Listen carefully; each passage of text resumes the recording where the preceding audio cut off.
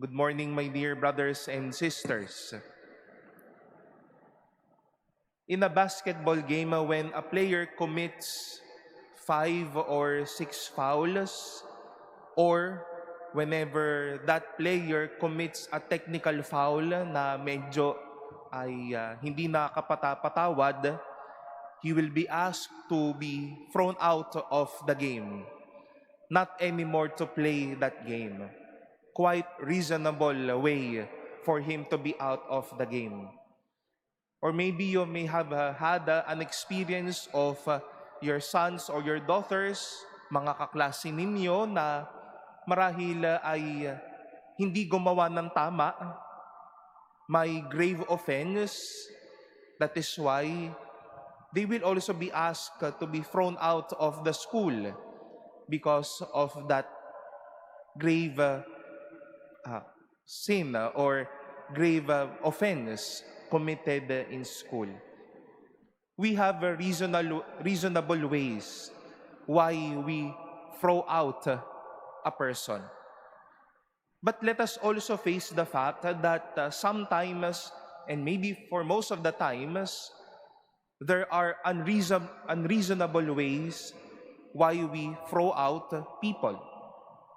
And such was the experience of Joseph, who would have thought that his own brothers threw him out, made him a slave, and sold him to the Ishmaelites for 20 pieces of silver.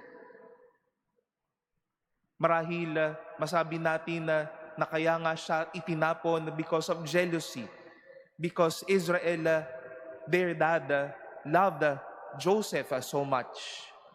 At para tapos na ang kwento, itapon natin itong taong ito. Unreasonable way of throwing out. And in the parable that Jesus taught us for today's gospel, we once more heard how the son of the owner of that vineyard was thrown out by his workers. Dahil anak ito yung pwedeng kumuha ng titulo ng pagiging mangangalaga, ay itapon natin ito dahil threat yan sa atin. Once more, we know that there are reasonable facts why we throw out people because it is for their good and for them to learn. But there are unreasonable ways why people kept on throwing out people.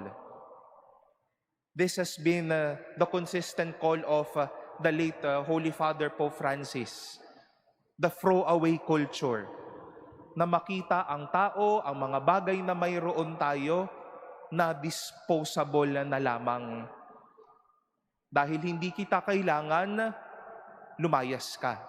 If I see you as a threat, if I see you going after me always, I will see you as a garbage. You need to be thrown out.